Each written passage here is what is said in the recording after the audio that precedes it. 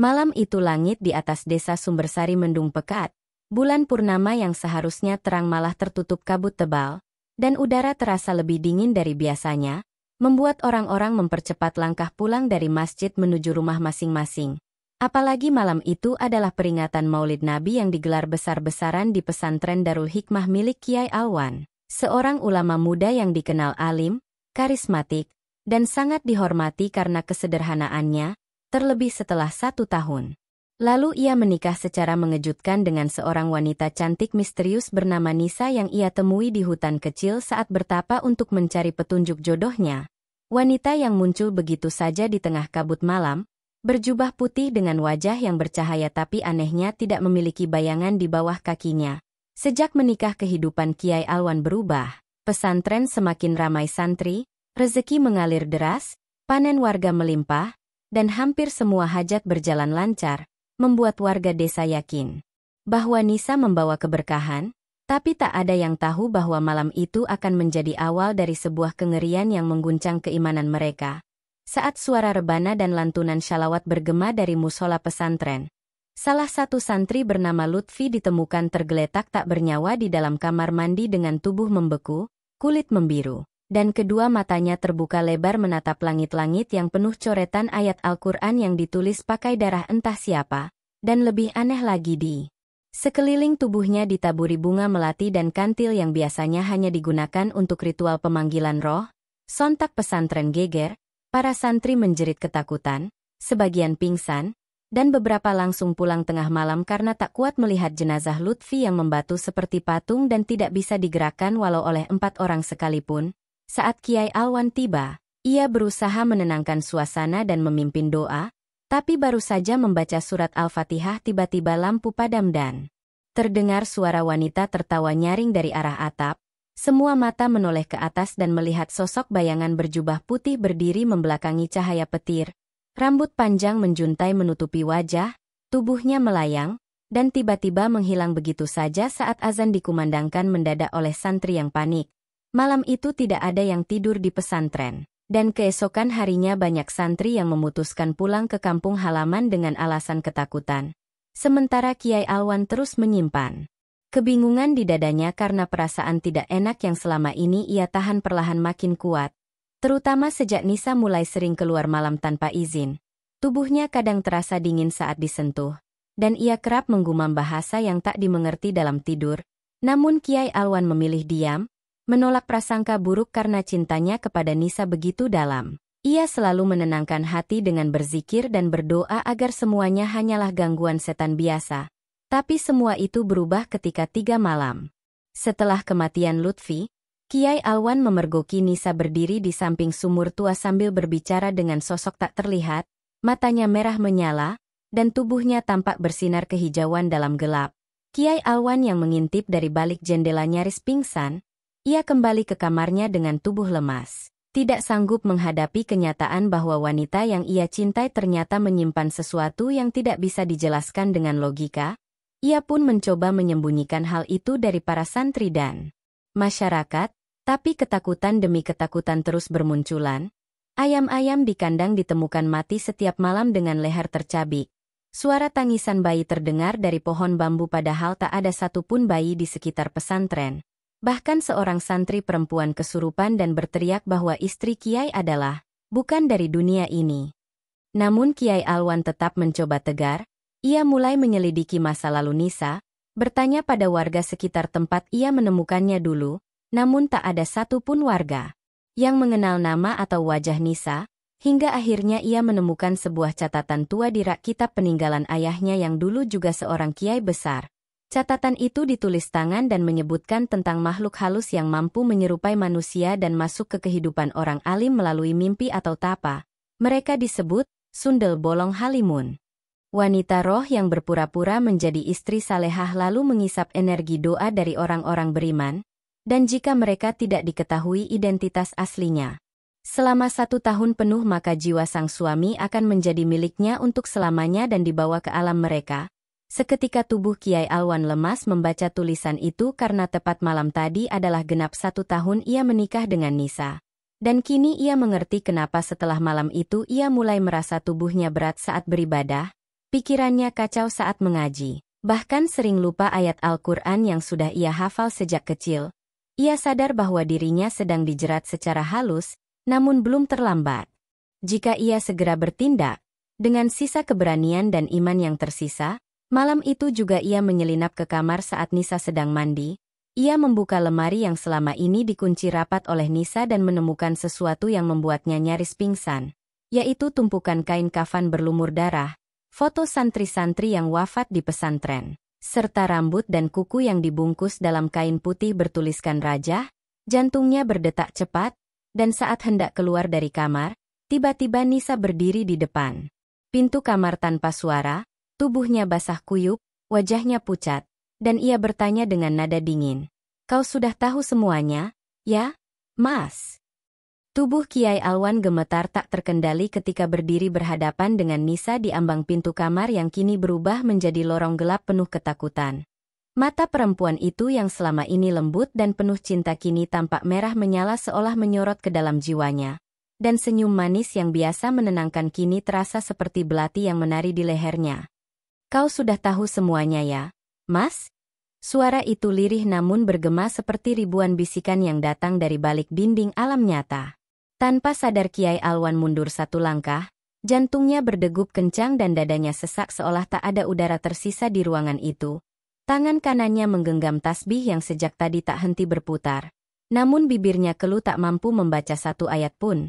Dan Nisa melangkah mendekat perlahan, rambutnya terurai menutupi wajah pucatnya, langkahnya tak bersuara. Namun setiap ia mendekat suhu ruangan terasa turun drastis hingga Kiai Alwan bisa melihat embusan napasnya sendiri di udara. Lalu Nisa berhenti di hadapan suaminya dan berkata, "Aku tidak ingin menyakitimu, Mas, justru aku melindungimu selama ini, tapi manusia-manusia itu yang datang mengganggu. Mereka mengintip sesuatu yang tak seharusnya mereka lihat." Kiai Alwan menatapnya dengan mata yang basah oleh air mata. Hatinya terombang-ambing antara cinta yang tulus dan iman yang diguncang. Bagaimana mungkin wanita yang ia cintai, yang menemaninya dalam sujud, yang memasakkan makan sahur, yang merawat santri yang sakit, ternyata menyembunyikan sisi gelap seperti ini? "Kau, siapa sebenarnya dirimu, Nisa?" Tanyanya nyaris tak terdengar, dan saat itulah Nisa perlahan mengangkat wajahnya, memperlihatkan wujud asli yang selama ini tersembunyi. Kulit wajahnya berubah pucat kehijauan, bola matanya menjadi dua lubang hitam tak berdasar, dan rambutnya menjuntai ke tanah seperti akar-akar tua. Dari punggungnya menyembul lubang besar yang terbuka dan mengeluarkan suara erangan seperti desahan ribuan roh. Kiai Alwan berteriak sekeras mungkin sambil mengucap ayat kursi. Namun Nisa hanya tertawa lirih lalu berkata dengan suara yang menggema, "Aku datang dari dunia yang kau tolak keberadaannya, Mas. Dunia yang tak pernah tidur, dunia yang hanya akan kau pahami setelah rohmu tercabut." Malam itu tubuh Kiai Alwan limbung. Ia jatuh terduduk dan menutup wajahnya dengan kedua tangan. Menangis seperti anak kecil yang tersesat di tengah hutan gelap. Lalu dalam isakan tangisnya ia berkata, "Kenapa kau memilihku, Nisa? Kenapa aku?" Dan untuk pertama kalinya dalam 1 tahun pernikahan mereka, Nisa duduk bersimpuh di hadapan Alwan, menatapnya dengan mata yang kini tak lagi merah tapi basah oleh air mata samar, dan berkata dengan nada pilu, "Karena aku jatuh cinta padamu saat pertama kali kau zikir di hutan itu, doamu memanggilku, aku ingin merasakan menjadi manusia walau hanya sesaat. Kau membuatku ingin mencintai dan dicintai." Kata-kata itu membuat hati Alwan tersayat, namun ia tahu, cinta yang lahir dari bisikan makhluk dunia lain tak akan pernah berujung. "Baik." Dan seketika Nisa berdiri lagi, berkata dengan nada getir, "Tapi semuanya telah berubah. Roh-roh pelindung yang dulu kuperintahkan menjaga pesantren kini memberontak.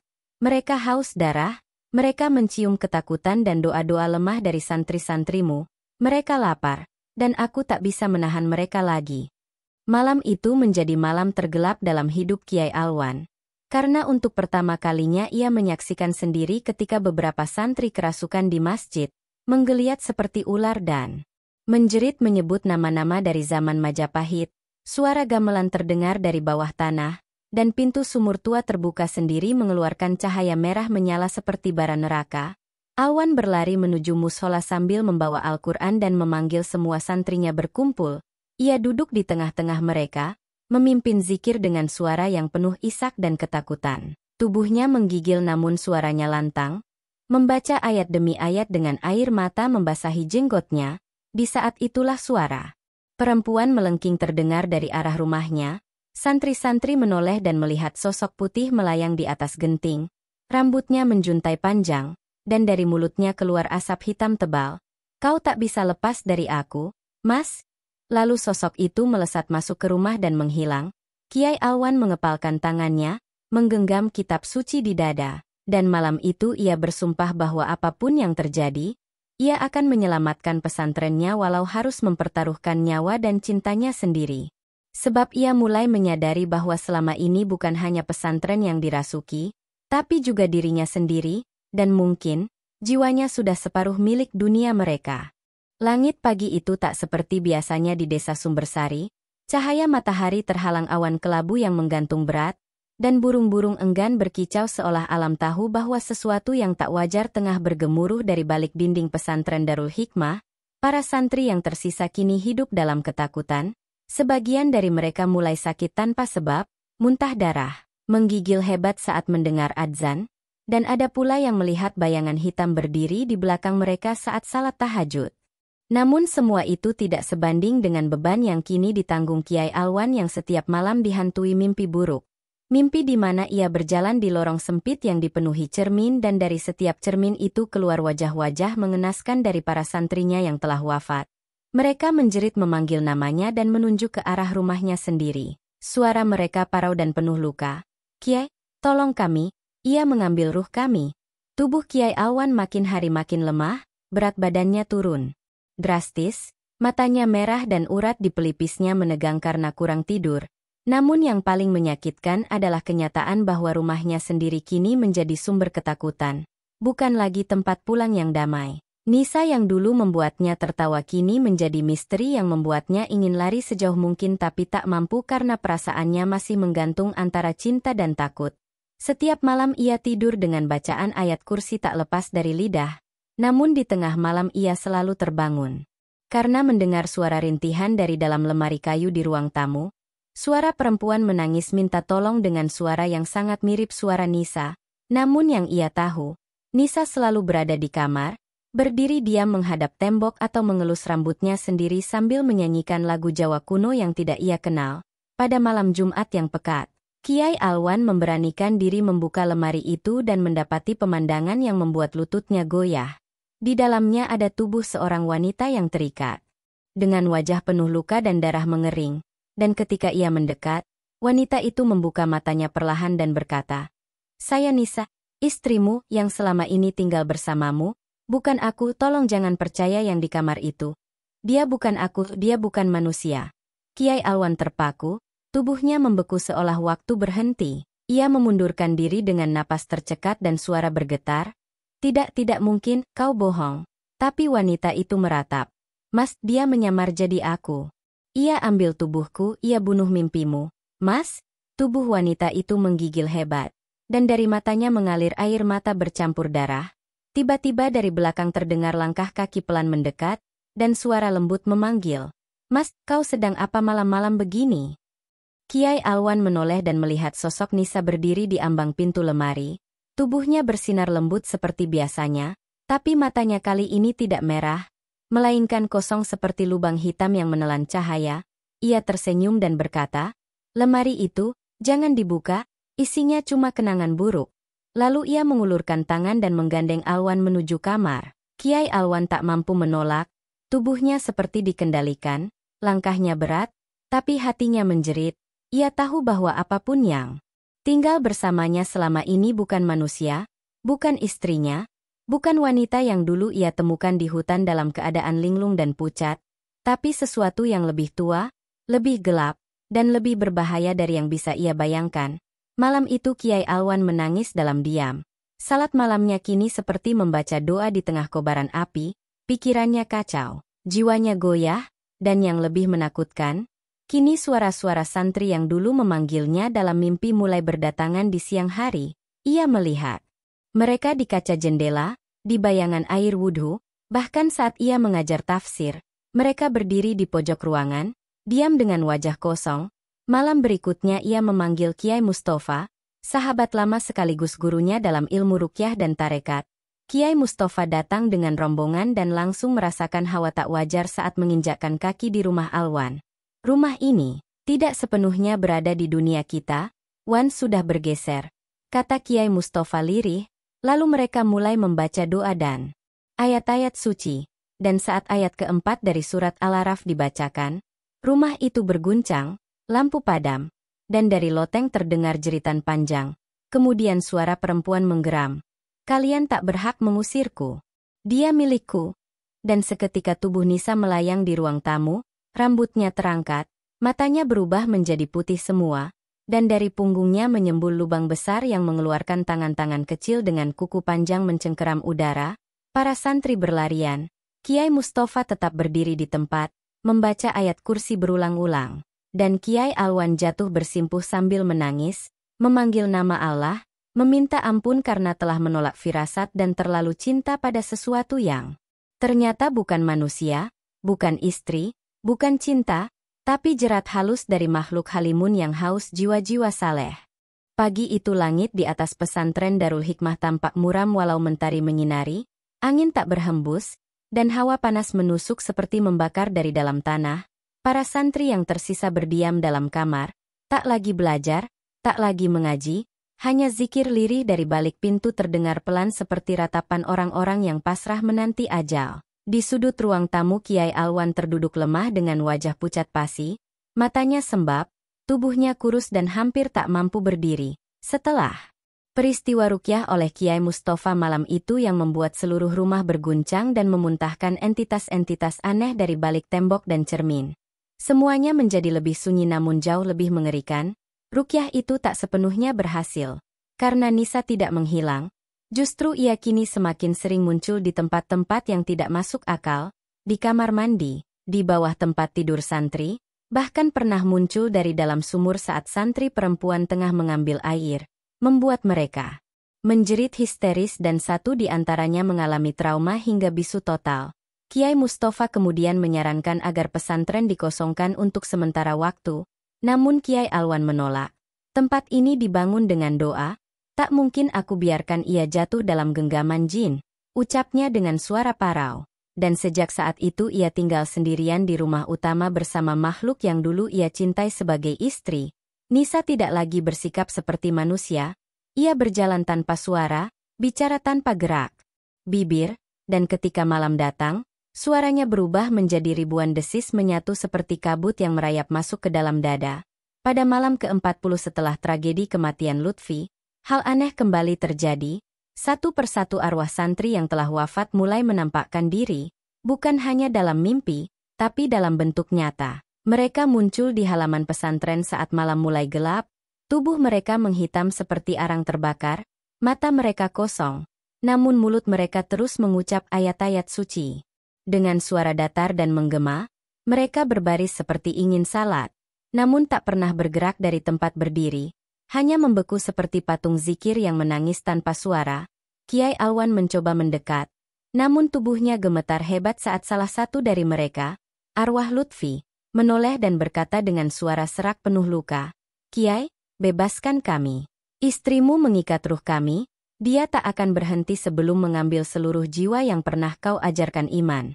Tubuh Kiai Alwan terjatuh, tangannya mencengkeram tanah, dan dari kejauhan Nisa muncul dengan gaun putih panjang berlumur darah, rambutnya menjuntai ke tanah, dan di belakangnya ratusan tangan muncul dari kegelapan seperti ingin meraih tubuh Kiai Alwan. Lalu suara Nisa bergema dalam kepala Alwan. "Mas, tak usah melawan, kau hanya perlu menyerah, biarkan aku jadi pengantarmu menuju alam yang baru." Tapi Kiai Alwan menjerit keras, "Aku hanya milik Allah."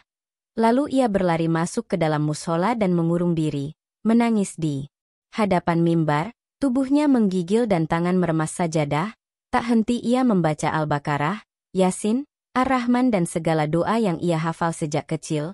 Tangisnya pecah karena cinta yang dulu ia puja kini menjelma menjadi perang paling gelap dalam hidupnya. Saat ia tertidur di atas sajadah menjelang subuh, ia bermimpi bertemu ayahnya, Kiai Soleh, yang telah wafat 10 tahun lalu. Dalam cahaya terang, Sang ayah berkata, "Wan, tidak semua cinta datang dari cahaya, ada yang dibungkus indah tapi berasal dari lembah neraka. Jangan tangisi dia, selamatkan pesantrenmu, dan jangan pernah lihat wajahnya di malam Jumat Kliwon. Karena itu akan membuatmu gila dan tubuhmu akan jadi miliknya selamanya." Kiai Alwan terbangun dengan napas memburu, dan seketika ia tahu bahwa jalan satu-satunya adalah menyumpah rumah ini dengan ayat-ayat yang tertinggal dalam kitab tua milik kakeknya. Kitab yang hanya bisa dibaca setelah puasa mutih 7 hari dan salat malam tanpa henti. Maka dimulailah hari-hari. Menyendiri Alwan, ia tak makan kecuali nasi putih dan air, tak bicara pada siapapun, hanya menangis, sujud dan membaca, sementara dari luar jendela, suara tawa Nisa terdengar setiap malam, kadang diselingi suara bayi menangis, kadang diselingi bisikan-bisikan dari tembok yang berkata, "Alwan, tubuhmu wangi iman, aku ingin, aku haus." Dan pada malam ketujuh, saat ia membaca sumpah terakhir dari kitab itu, seluruh rumah bergetar, jendela pecah, dan dari balik tembok terdengar suara ribuan wanita menangis. Lalu dari dapur muncul api biru yang melayang dan berubah menjadi sosok Nisa, kini dalam wujudnya yang paling mengerikan. Wajahnya hanya tengkorak berlapis kulit tipis, dan dari punggungnya keluar puluhan tangan anak-anak menangis. Ia menjerit, "Kau mengingkariku. Kau suamiku. Kau milikku sampai alam luluh." Dan saat itulah cahaya terang menyilaukan masuk dari langit-langit mushola, seperti kilat yang tak henti, dan tubuh Nisa terbakar dalam jeritan yang mengguncang seluruh desa. Malam itu langit di atas pesantren Darul Hikmah seperti ditutupi selendang hitam raksasa, tak ada bintang, tak ada bulan, hanya pekat tanpa ujung. Setelah tubuh makhluk yang menyerupai Nisa terbakar dan menghilang diserap cahaya, Kiai Alwan tak langsung tenang. Justru ia jatuh pingsan selama 3 hari dan saat terbangun, tubuhnya lemah seperti bayi baru lahir. Matanya bengkak karena air mata tak berhenti mengalir dalam tidur panjangnya. Ia merasa kosong seperti bagian jiwanya tercabut, meskipun para santri yang tersisa mengelilinginya dengan doa dan zikir. Namun Alwan hanya bisa menangis dalam diam. Karena di balik segala kelegaan bahwa rumah dan pesantrennya selamat dari makhluk halus, ia justru dihantui kenyataan bahwa cinta yang pernah tumbuh dalam dadanya ternyata hanyalah ilusi yang diciptakan oleh entitas kegelapan. Hatinya terkoyak, jiwanya compang-camping, dan malam-malamnya menjadi sepi yang menyiksa. Ia merindukan Nisa, bukan makhluknya, tapi sentuhan lembutnya, tawanya saat menyeduh teh, senyumnya saat menyuapinya sahur. Walau ia tahu semua itu hanya bayangan palsu, tapi rasa di hati tak bisa ia buang begitu saja. Ia mencintai sesuatu yang tidak semestinya, dan itu membuatnya merasa kotor, berdosa, dan sangat hina di hadapan Allah. Namun semua itu belum usai, karena pada malam ke-10 setelah kejadian besar itu, ia menemukan bunga kantil segar terselip di bawah sajadahnya, padahal tak seorang pun menanam bunga itu di pesantren. Lalu di kamar mandi, air kran mengalir sendiri dan mengeluarkan suara nyanyian tembang Jawa pelan. Dan saat ia bercermin, sesaat wajah Nisa muncul di belakangnya dan berbisik pelan, "Aku masih di sini, Mas." Tubuh Kiai Alwan merinding, dan ia langsung mengguyur wajahnya dengan air wudhu, tapi jiwanya tak bisa menepis kenyataan bahwa perpisahan itu belum sepenuhnya nyata. Malam itu ia kembali ke kamar, duduk bersimpuh di atas sajadah dan menangis sambil memegang cincin pernikahan yang dulu ia kenakan bersama Nisa. Tangisnya pecah. Ia menengadah ke langit-langit kamar dan berdoa, "Ya Allah, jika cintaku padanya adalah kesalahan, ampuni aku. Jika kehadirannya adalah ujian, maka kuatkan aku, tapi jika dia masih menanti di batas antara dua dunia, maka izinkan aku menuntaskan takdir ini." Dan saat itulah angin besar menerpa seluruh bangunan pesantren. Pohon beringin besar di halaman tumbang dan suara seruling gamelan terdengar dari kejauhan diiringi bau kemenyan yang menyengat. Semua santri berlarian keluar asrama, dan dari tanah halaman pesantren perlahan muncul lubang hitam yang dalam. Dari sana keluar kabut merah dan suara anak-anak menangis memanggil ibu mereka. Lalu bayangan sosok Nisa muncul kembali, tapi kali ini bukan untuk menyerang. Ia berdiri jauh dengan wajah sedih, menangis sambil membawa sesajen, dan di sekelilingnya berdiri bayangan-bayangan yang jauh lebih besar dan mengerikan. Makhluk tinggi kurus dengan mata berlubang dan mulut menganga seperti jurang. Mereka berdiri di belakang Nisa sambil menunjuk ke arah Alwan, dan suara dari langit berbunyi. Ia bukan milikmu, tapi kau telah membangunkan penjaga batas, mereka akan menuntut darah. Malam itu para tetua desa dipanggil, dan Kiai Mustafa datang dengan kitab tua berisi ilmu pemutus cinta antara dua dimensi. Mereka bersiap di halaman, membentuk lingkaran doa dan menyalakan api ritual. Namun sebelum ritual dimulai, Nisa berbicara dari balik kabut. Mas, jika aku harus hilang, izinkan aku bicara sekali saja, bukan untuk membalas, tapi untuk pamit. Dan tiba-tiba Kiai Alwan berdiri, matanya basah, lalu melangkah pelan mendekati kabut meski para santri menahan dan Kiai Mustafa berteriak agar ia jangan mendekat. Tapi Alwan menoleh dan berkata, cinta bukan soal logika, aku hanya ingin menyudahi luka. Lalu ia berjalan hingga cahaya api padam dan kabut menelannya. Tak ada yang tahu apa yang terjadi di balik kabut malam itu, hanya suara tangisan panjang dan jeritan terdengar, lalu semuanya hening, dan Kiai Alwan tidak pernah kembali. Setelah malam itu, tidak ada yang benar-benar tahu apa yang terjadi pada Kiai Alwan di balik kabut merah yang menelan tubuhnya, tidak juga para santri, tidak pula para tetua desa dan Kiai Mustafa yang berdiri kaku menyaksikan kabut menggulung perlahan ke langit lalu menghilang tanpa sisa, hanya meninggalkan bau melati dan kemenyan yang tertinggal di tanah. Rumah pesantren Darul Hikmah menjadi sunyi seperti kuburan tua, dindingnya retak-retak, kaca jendela pecah, sajadah-sajadah berserakan. Dengan bekas darah kering entah milik siapa, para santri perlahan dijemput keluarganya dan tak satu pun berani kembali. Bahkan masyarakat sekitar pun sepakat untuk tidak lagi melintasi gerbang pesantren setelah maghrib. Mereka mengatakan, setiap malam Jumat, terdengar suara azan dari musola kosong, suara tangis laki-laki memanggil nama Allah, dan yang lebih mengerikan, bayangan seorang wanita berkebaya putih sering terlihat duduk di bawah pohon beringin yang tumbang, memandangi gerbang dengan mata kosong, tangannya menggenggam cincin dan memeluk peci putih lusuh yang diyakini milik Kiai Alwan. Konon katanya, beberapa pendaki dari luar kota yang tak tahu cerita pernah bermalam di sana dan ditemukan pagi harinya dalam kondisi tidak sadar. Tubuh mereka membiru seperti terpapar hawa dingin yang ekstrim, dan saat sadar, mereka semua berkata hal yang sama. Kami melihat seorang kiai salat di tengah kobaran api, dan seorang perempuan menangis di belakangnya. Cerita itu menyebar begitu cepat, media lokal meliputnya, dan jagat maya geger hingga menyebut kejadian itu sebagai pernikahan setan. Namun bagi orang-orang yang mengenal Alwan, mereka percaya bahwa ia tidak hilang, melainkan memilih untuk tetap di sana, di antara dunia nyata dan dunia gaib, demi menebus cinta yang salah tempat dan menyelamatkan ruh-ruh santrinya yang masih terikat. Kiai Mustafa kembali setelah 40 hari membawa kitab warisan pesantren tua di Jawa Timur dan melakukan tirakat di halaman Darul Hikmah. Ia mengaku melihat Alwan dalam mimpi. Wajahnya tenang namun matanya memancarkan duka yang dalam. Dalam mimpi itu Alwan berkata, "Aku tak bisa kembali. Tempatku kini di antara zikir dan jeritan, tapi tolong sampaikan pada dunia, bahwa tidak semua yang tampak sebagai berkah adalah anugerah, tidak semua yang kau cintai pantas kau peluk, dan tidak semua manusia menikah dengan manusia." Setelah itu, Kiai Mustafa mengumpulkan para ulama dan memutuskan untuk menyegel pesantren Darul Hikmah dengan 7 rajah di 7 sudut tanah, dan menetapkan tempat itu sebagai wilayah larangan hingga waktu yang tidak ditentukan.